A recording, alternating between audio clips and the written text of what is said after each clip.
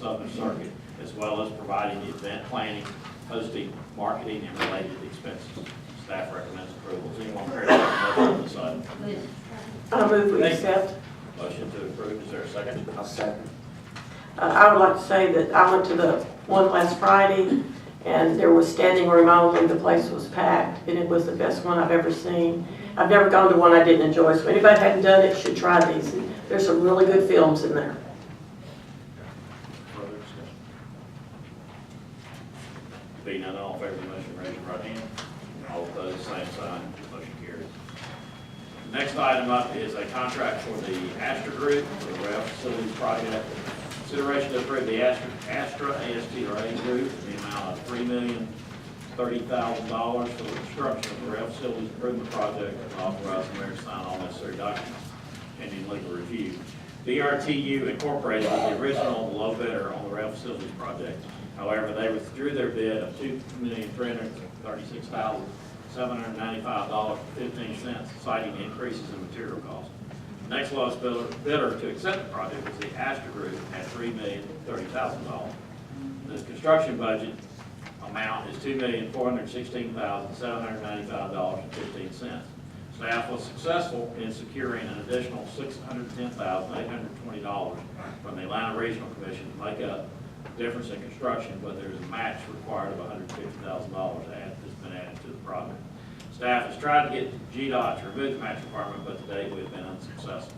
Staff feels that to remove the match requirement, staff feels we need to proceed with construction as soon as possible, as rebidding will likely result in even higher bids as material costs have significantly increased since the initial bid period. The match would not be needed until the end of the project, and T-SPLOST funds could be used to cover the match since paving, drainage, sidewalk improvements are eligible projects. Staff is also in discussions with CID, which may consider participating in the project. Again, staff feels comfortable with the match and that the match issue could be addressed and that we should move forward with the bid award. Is anyone prepared to make a motion on this item? Motion to approve. Motion to approve, is there a second? Second. Second discussion. So the concern is if we don't act on this, then we may end up having to do a match for even something bigger. Possibility of rebidding. At this point, the bids probably are going to go up again. Because at the time we bid it, the economy was changing then, and there was a significant increase in the cost. When was that, Lee? We bid it in February. Of, a year ago, 16, February 16. I have a couple of questions, and mostly Lee, I think. I looked at the amount of difference between the original one that was accepted by BRTU, $2,336,000, and the second one was $3,030,000 by Astra. That was a, let's see, 25% higher bid, and I guess those were submitted at the same time. Correct. And let me also ask, because I'm confused, isn't this the same $3 million, 100% free rail project that we've been talking about for 10 years? It is, but the original 2.4 was 100%, that was a federal earmark. Right? Well, once the bids got up to $3 million, we had to make that up to do the project. And ARC will give you the money, but they only do 80/20. So that's where the 150,000 comes into play. And that would be what the city has to pay, is $150 to add to that $610,000 to get up to the $3,030,000. Now, another thing that actually in the contract that I noticed is that it says, and at some point, is this in your office? Because if we're getting really started, I want to see what the final thing was that we decided on, or somebody decided on. According to this contract, it says they'll be finished by January 31, 18. That's 10 months from now. We've been waiting 10 years, and it's going to take them 10 months to do that $3 million project? Actually, I think it's, Well, there's some provisions in there for time extensions and things like that. Okay. At this point, we got to take the first step to even have this discussion. Would any of this time delay be the railroad's fault? Not really. Really? GDOT drug their feet more than the railroad. We were waiting for the contract from GDOT. We did the bids in February. We did not get the construction contract until August 3rd. It was We approved it on the GDOT. 16th. So we missed by a week, and we kept telling GDOT, these bids are gonna expire, they're gonna expire, and they did. So the first two decided they didn't wanna do it because of the increase in the cost of materials. The third one accepted. We feel like if we don't go ahead and do it now, if we have to rebid, it's just gonna go higher. Now, I guess additionally, if this is GDOT who was kind of running the show, where does the railroad come in? Did they give the money to GDOT? Well, the railroad, we can't work on their infrastructure. Right. We had talked about the crossings at one Uh-huh. time, closing. They sent us a bill for $800,000. That The was railroad. what they wanted to charge. So basically, we said, well, we'll just do the project on our right of way. Originally, we were in concert with the railroad, but then, and it's typical with the railroad, they go radio silent for about 6 months before you realize that you're not gonna be able to have any dialogue. Jack Burnside, you can correct me if I'm wrong.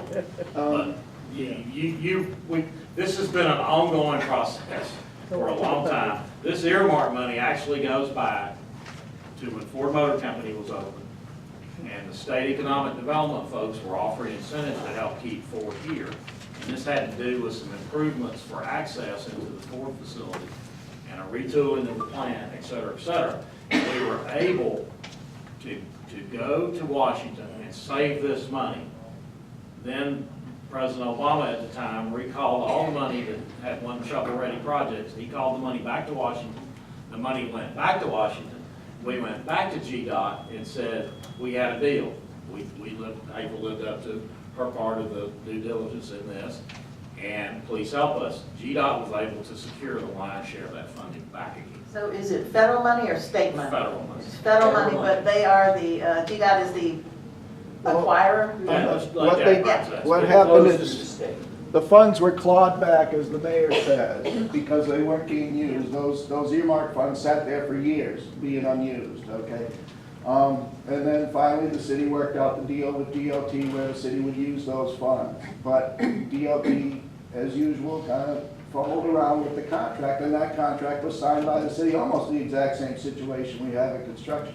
City signed it, sent it to DOT, they set it on the side of the desk, and didn't execute it. Meanwhile, the president says, we're taking that money back. So DOT says, well, it's our fault in this case, and like I say, this is the same thing that's happened again. They said, we're gonna provide the money, so they put federal money out there from another pot, and the DOT is matching that, the 20%, and that with the state funds.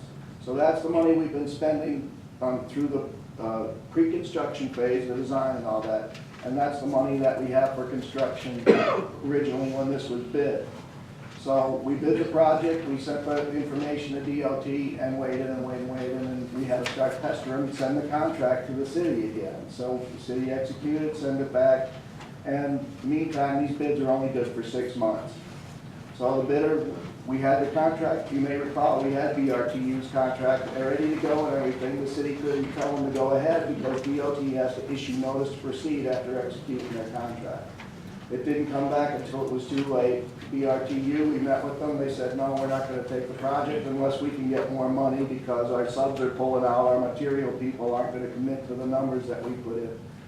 Went to the next bidder, Topple, they said the exact same thing. Our subs and our material suppliers are pulling out because they won't provide it at that price. The third bidder, we moved on.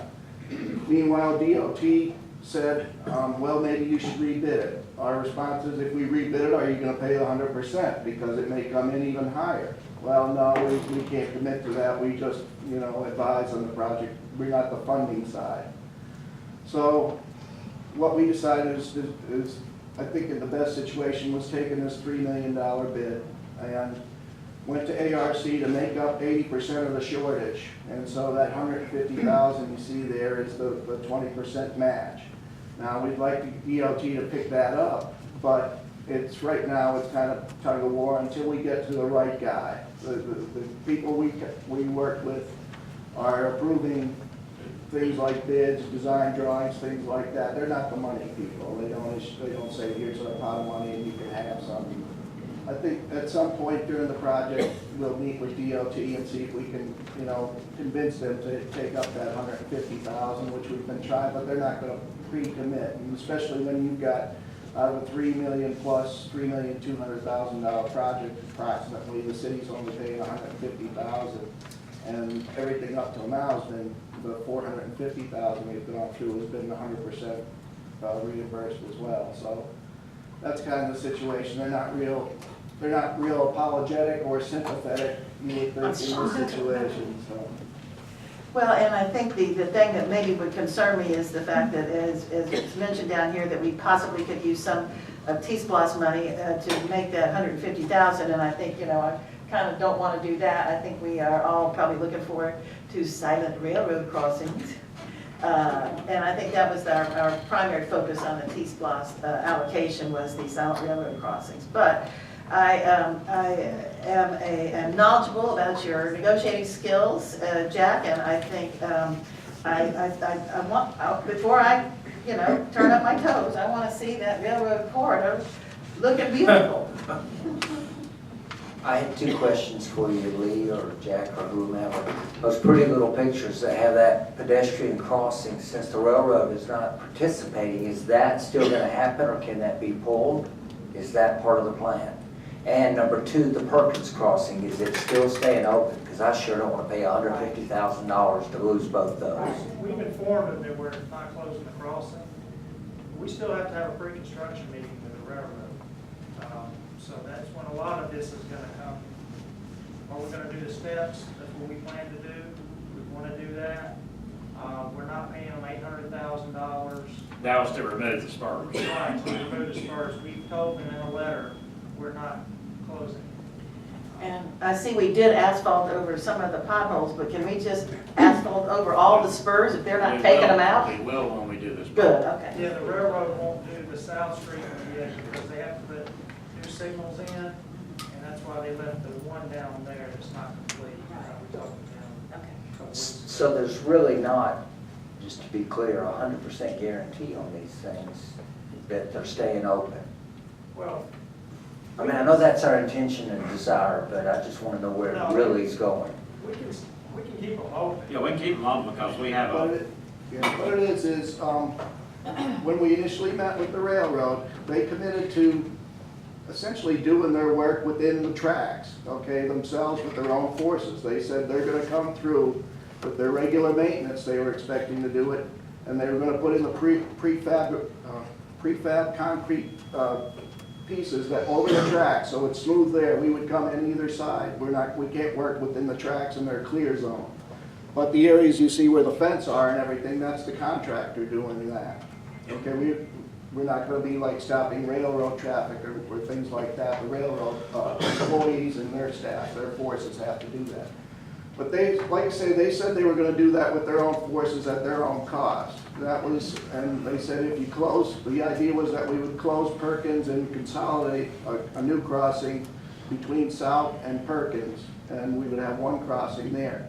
But that was predicated on doing the improvements to all the crossings. You can't just close one and then say the others are just gonna absorb the traffic. You have to do the improvements at the other ones. So they didn't commit to doing that. They essentially pulled away from that commitment. Also, there was supposed to be an incentive payment for closing Perkins that they got amnesia about as well. So what the thing is we're just gonna sit them down. Now, we are in their right of way, and we do have their agreement to right of access. That's all recorded at the county and everything like that, to go on their right of way. Not the, like I say, not the clear zone, but the areas that are on the street and where we're gonna be doing drainage, sidewalks, the fence, the brick, and all that other stuff.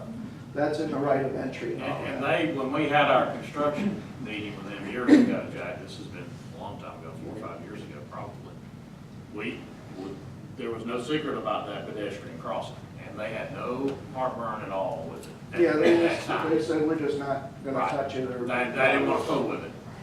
So what we're gonna do is sit down with them, remind them of all their commitments that they didn't follow through with, and say, you know, unless you're willing to go back and talk about this, we're obviously not closing those crossings and all that. We're just gonna do the work that the contractor's gonna do, and you're gonna Unfortunately, those rough crossings are gonna stay like they are though, between the tracks and all that. That's something that we. They're a little bit better now than They that. could smooth them out. They did smooth them out, I but would- not the spurs. I would rather have bad crossings than lose Perkins. It's more obvious to me every day, if we lose that, we are gonna bottleneck all over the Well, place. that's the de facto, well,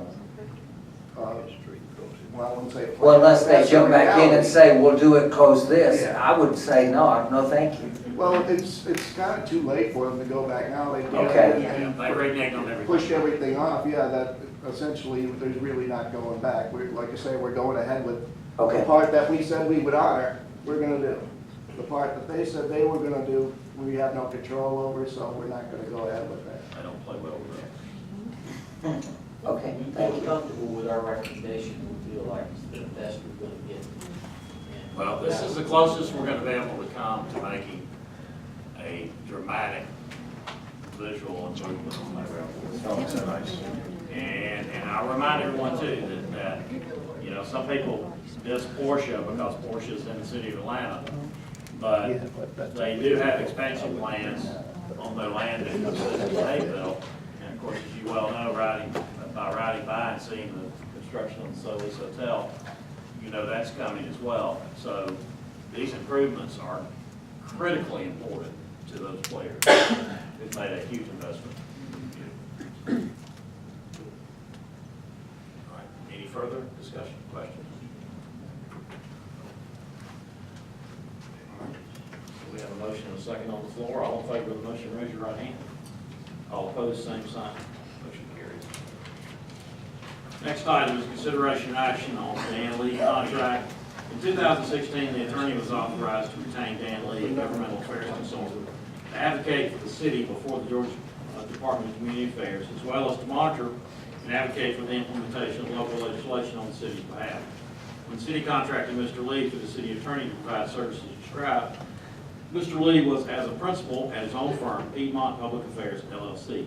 However, effective January 1, 2017, Mr. Lee has joined the firm of Freeman Mathis and Gary LLP, and Piedmont has ceased operations. Therefore, it is necessary for the city to enter into a new separate agreement with Freeman Mathis and Gary for Mr. Lee's services, which he has continued to provide even after the transition. The original term of the contract with Piedmont was set to expire on April 30, 2017, and that termination date, along with the scope of services, shall remain the same. It's a recommendation of the city attorney, city manager, staff, that the agreement with Freeman Mathis and Gary for the services of consultant Dan Lee be ratified. Does anyone prepared to make a motion on this item? I make a motion we ratify the contract. Motion to approve, is there a second?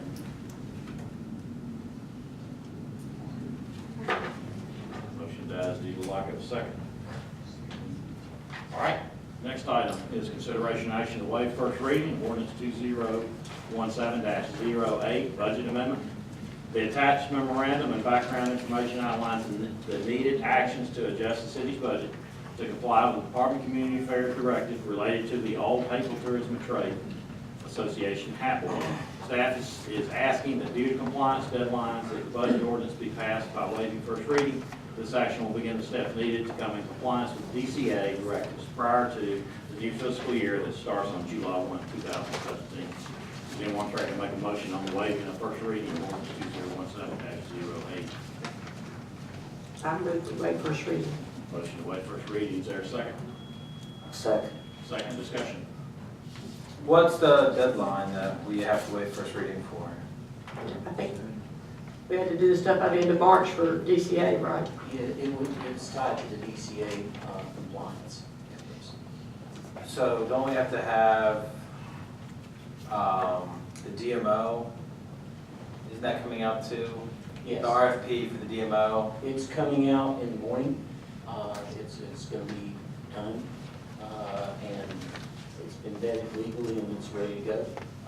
This is the other part of it that needs to move forward to comply with the budget part of moving the funds, physically moving the funds from that old cap over to the general fund. Two separate actions. Well, that's one thing they said we had to have done by the first of April. Yes, the funds have to be bifurcated. So instead of it being the HAP fund, Put it in the general fund? Well, What you said? expensive. Or is it the other? what we're doing is we're following the 3 Rs. William, pull that mic closer to you. Okay.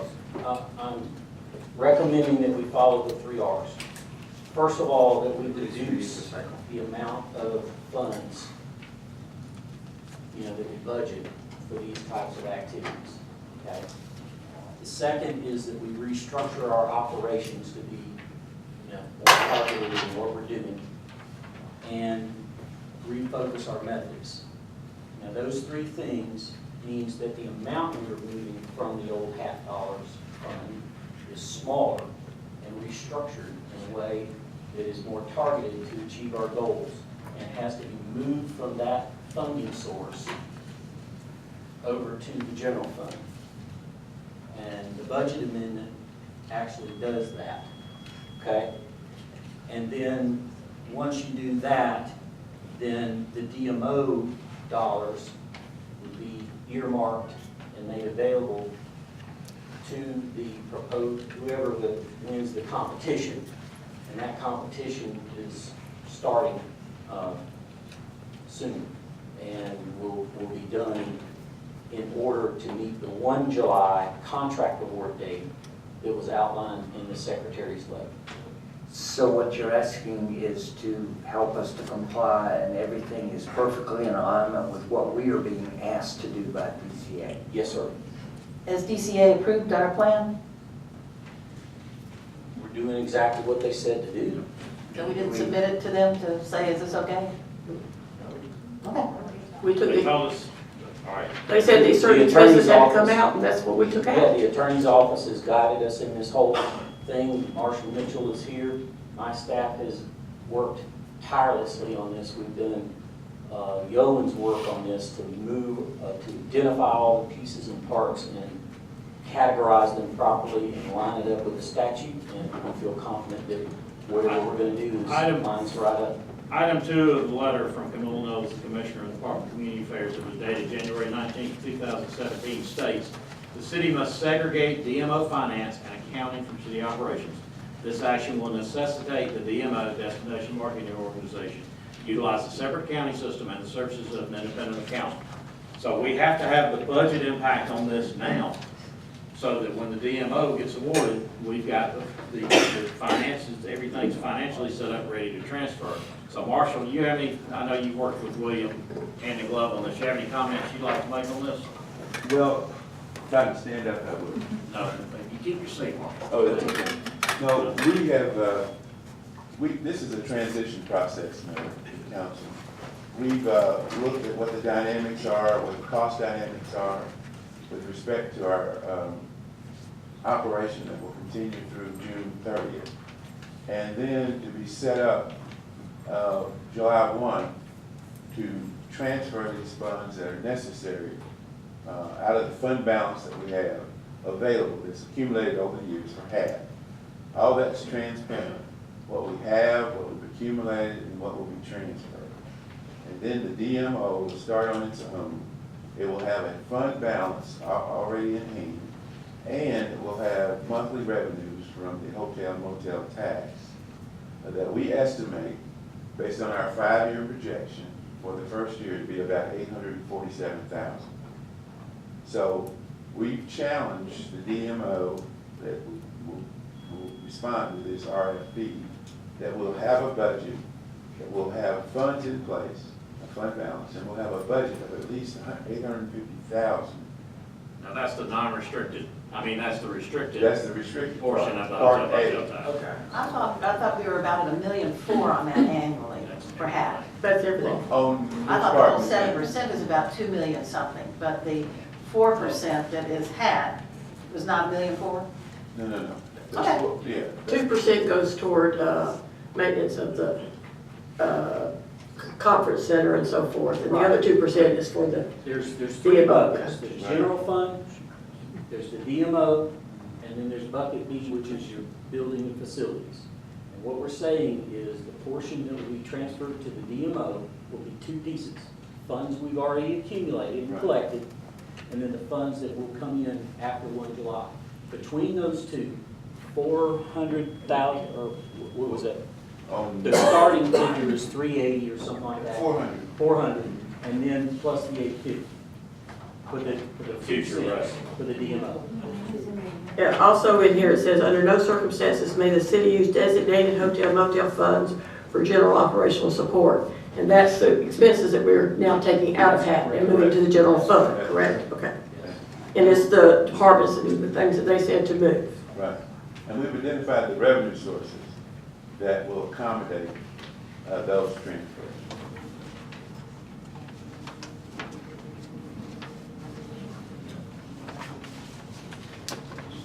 All right, so we're still under the motion to waive first reading, so is there any other questions?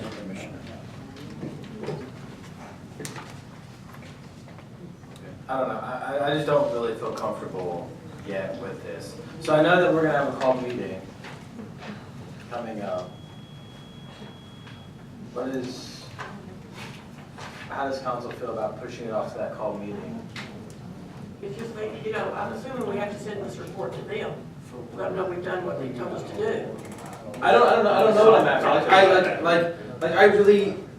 I just wanna make sure that we're doing this correctly. And I haven't done enough research on it for me to feel. Mr. Mayor, I think the attorney has a comment on that, and I certainly understand what you're saying, Josh, but let me just ask you a comment. The DCA is not going to give us an advisory opinion. Expect us to follow the law, and if we don't, then do that honestly. And they told us what we're supposed to do. And these are exactly the costs they said had to be moved out of that fund. Is that not correct? To the best of my knowledge, absolutely. Okay, so, all right. But if you want to take a few more days, I'm not saying you can't, I'm just saying we follow the direction. We do have a proposed call, well, we're going to advertise a meeting for Monday, this coming Monday, call. Ms. Gammon? Yes, I misspoke.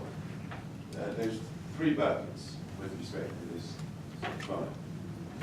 There's the restricted fund, and then there's the Part B that can be used for capital improvements and marketing and other kinds of activities that go along with a conference center. And then there's a part that's unrestricted. So it works out to be about $1.4 million, a little over $1.4 million for the HAT. For the DMO operation. Right, okay. I misspoke. I was thinking I thought it about was the, $1.4 million. yeah, I was thinking about the Part B. Yeah. Thank you. All right, so I don't mind admitting that. I don't make many mistakes, but I Well, I don't remember all the numbers, but I know I'd seen that one yeah, I somewhere. don't mind saying that I misspoke. Thank you, Mark. All right. I don't know what my concerns are. I just need to read it for myself. Information was sent out. Right. I mean, I understand. I poured over it several times over the weekend. Yes, I've read it several times. We have to, and some point, we can't kick this can down the road. Well, we have the ability to kick the can. We do. Monday, the 27th. To Monday. We can kick it till Monday. So, all right. I have, all right, right now we have a motion to waive first reading, so all in favor of the motion to waive first reading, raise your right hand. All opposed?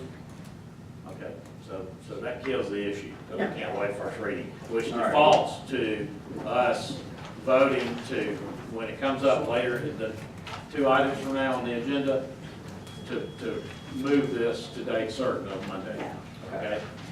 So please, Yes, study. absolutely. It is complicated. Absolutely. I've read it is. 4 times, and it is extremely complicated. But as Steve said, they're not going to tell us how to drive a car. Right. They give us the keys, and we gotta figure out how to drive a car.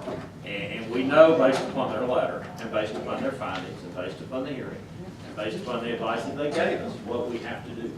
And this is staff, they didn't pull this out of the air. This is a lot of work's gone into this, and this is their best shot. And if we have to make adjustments down the road, this is just like anything else.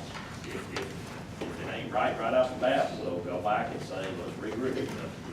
We have to have a starting point, and we're getting into needing to finalize our budget prep stuff so we can get ready for next fiscal year's budget. So we have to figure out what buckets we're gonna put these funds in before we can proceed with next budget year's activity. Right, and I agree, and just for the record, what I'm talking about, this budget amendment is from March of this fiscal year through June 30. We still have yet Right, to but this discuss is in the the larger preface to budget that. process what happens after 1 July. So this is only for this, what we call, affectionately called in the staff a stub period. But this is the structural change that has to take place. Correct. This represents the structural change that we have to make in our operations. All right, the next item is consideration action ordinance 2017-04. This is the alcoholic beverage ordinance. The alcoholic beverage ordinance has been around so long it's grown its own beard. I guess city council's been working on the unapproved alcohol ordinance over the last year. Multiple workshops have been held on this issue, with the last one being conducted on January 26, 2017. Best practices from multiple communities have been discussed and incorporated into the proposed ordinance, as well as citizen comments. In addition, the city code has been streamlined. The first reading occurred at the public meeting on February 7, 2017. Another reading occurred March 7, 2017. We had numerous other discussions related solely to the alcohol ordinance several months prior to that. Staff has now revised the ordinance as requested by council. Staff believes that all questions related to the new ordinance have now been researched and resolved. The second final reading is set for March 21st, 2017, which is tonight. Attached are documents in the final form. If council does not take action on the proposed ordinance, several provisions put in place to support the microbrewery system as the mandate will expire on March 31, 2017. So if we don't approve this, we have an item down below to extend that, extend those things for the microbrewery and whatnot. So, are we to the point where someone is willing to make a motion on this item? I'll make a motion, we approve it. All right, motion to approve. Is there a second? I'll second. Second discussion. So, I thought when we talked last time, we were gonna keep food trucks, like the truck and tap at 30%. Isn't that what we, because I know we talked about going up on some to 40, but I thought we said we were gonna keep the truck and tap at 30. I don't recall that either. This is And now that it's at 40. I crossed out to 30 and I have 40 under trucks. Yeah, I think we went to 40 for all of them. Okay. Yeah. Steve, where are we at the state legislature, or Mel, maybe you can answer the question on the distillery, microbrewery stuff that passed? Yeah, so what's going on with the state is we have House Bill 85, which speaks to distilleries, breweries. So the Senate initially passed Senate Bill 85, and it went to the House.